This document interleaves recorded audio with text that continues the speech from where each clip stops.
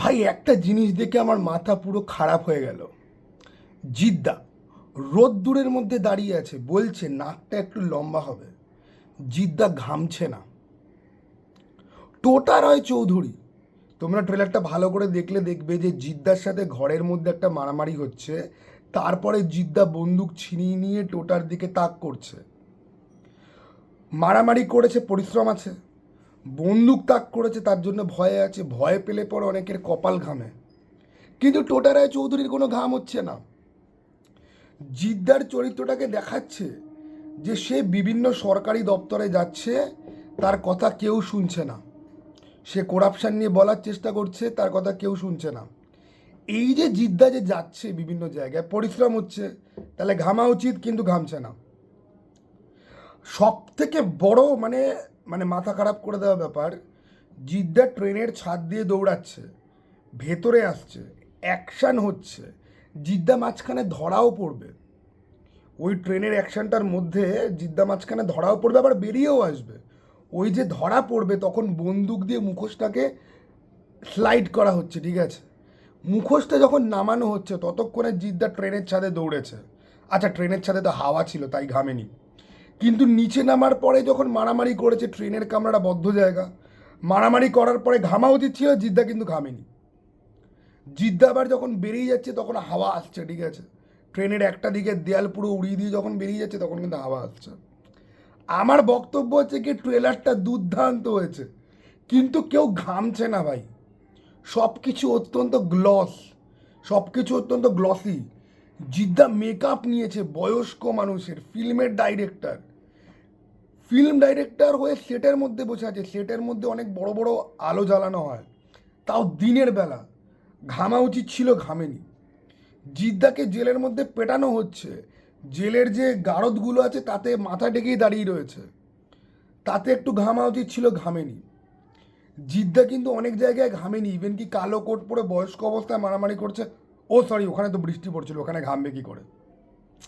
দেখো, ঘামাঘামির অ্যানালিসিস বাদ দিয়ে বাকি ট্রেলার নিয়ে যদি বলি, আমার ট্রেলারটা খুব ভাল লেগেছে। শুধু একটা অভিযোগ আমার এখনও রয়েছে, মিউজিকে সেই এনার্জি বা সেই পাম্প বা সেই জোরটা নেই। তুমি যদি আজকে এই ডিসি বলে আমাদের লোকেশ কানাগড়াজের যে ফিল্মটা আসছে তুমি দেখো, প্রেটি অ্যাভারেজ লুকিং একটা সিনেমা, ওই রক্তারক্তি কাটাকাটি একটু স্টাইলিশ শট, ব্যাস। কিন্তু মিউজিক এমন ভাই, আর ডায়লগ এমন ভাই, এবং প্রেজেন্টেশনটা এডিটটা এমন হয়েছে ভাই, মিউজিক ডায়লগ মিলিয়ে কিছু ফ্রেমিং, আর ওই একটা কি বলবো রাস্টিক কালার টোনের জন্য যে ভাই ইমোশনটা পুরো কাজ করছে, ঠিক আছে?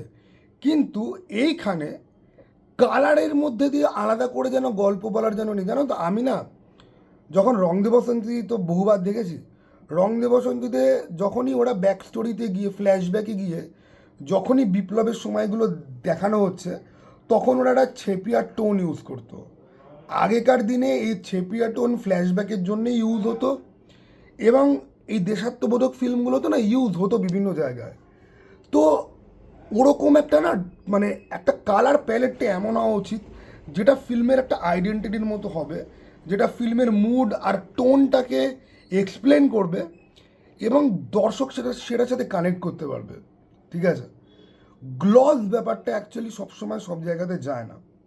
এই ট্রেলারটার মধ্যেও কিন্তু একটা গ্লসি ব্যাপার আছে। তুমি যতগুলো চরিত্রকে দেখবে তারা প্রত্যেকে কিন্তু টু পলিশ। জিদ্দার দুর্ধর্ষ অভিনয় করেছে, জিদ্দার এক্সপ্রেশন এবং যেই কি বলবো হোমাজ যেগুলো দেওয়া হয়েছে, যেরকম ক্রান্তি ফিরে এলেও থেকে শুরু করে, ক্রান্তিতে একটা দুঃখের সিন আছে বন্ধুর ডেড বডি নিয়ে, সেই সিনকে হোমাজ দেওয়া থেকে শুরু করে, মন দিয়ে দেখলে পরে অনেক ভালো ভালো জিনিস বেরিয়ে আসে।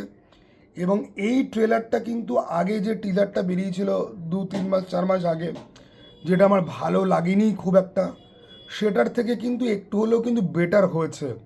কারণ আমরা এখানে গল্পের আরেকটু বেশি হিন্ট পাই, আর জিতকে আমরা অ্যাক্টিং করতে দেখি। আগের টিজারটাতে আমরা জিতকে অ্যাজ এ স্টারই দেখছি, তার মধ্যে অ্যাক্টিং কিছু ছিল না। এটার মধ্যে জিতকে আমরা অনেক বেশি অভিনেতা হিসেবে আমরা কিন্তু পাচ্ছি দেখতে। তো একটা সিকোয়েন্স আছে যেটা বোধহয় মানে বেশ দুঃখের একটা জায়গা হবে, জিদ্দার এক্সপ্রেশন লাইক পুরো একদম মানে ব্রোকেন ডাউন একটা এক্সপ্রেশন। কেউ বোধহয় আত্মহত্যা করেছে, যার ঝুলন্ত পাটা আমরা পাচ্ছি দেখতে, ঠিক আছে। ওই দৃশ্যেও কিন্তু ভয়, শিহরণ বা শক ভ্যালু থেকে জিদ্দার কিন্তু ঘামা উচিত ছিল, বাট জিদ্দা ঘামেনি। বাট এনিওয়ে আমরা আর ঘামের অ্যানালিসিস করবো না, ঠিক আছে। মধ্যে কথা হচ্ছে গিয়ে যে ট্রেলারটা খুব প্রমিসিং লাগছে, প্রচুর অভিনেতা অভিনেত্রী রয়েছে, ঠিক আছে, প্রচুর। আই হোপ তারা ট্রেলারটা তাদের সোশ্যাল মিডিয়া পেজগুলোতে শেয়ার টেয়ার যদি করে। কালকের ইভেন্টটা খুব বড় হয়েছে, ঠিক আছে, আমি অনেক ছবি টবি অনেক কিছু দেখলাম, মহারাজের স্ট্যাটাসে দেখলাম, ছোট রূপমের দেখলাম, ঠিক আছে। তো সাকসেসফুল একটা ইভেন্ট হয়েছে, তো আই হোপ সব কিছু ঠিকঠাক যেন যায়। এই সিনেমাটা দেখতে আমি অবশ্যই যাচ্ছি, ঠিক আছে, ফার্স্ট শো যাওয়ার চেষ্টা করব। এবার দেখা যাক যে সিনেমাটা কীরকম হয়। হোপস আর রিয়েলি হাই সিনেমাটা ডেলিভার যেন করে, ঠিক আছে। অ্যান্ড ট্রেলারটা কিন্তু দেখো, এই ঘাম নিয়ে যেগুলো বললাম সেগুলো বাদ দিয়ে ট্রেলারটা কিন্তু যথেষ্ট ভালোই হয়েছে।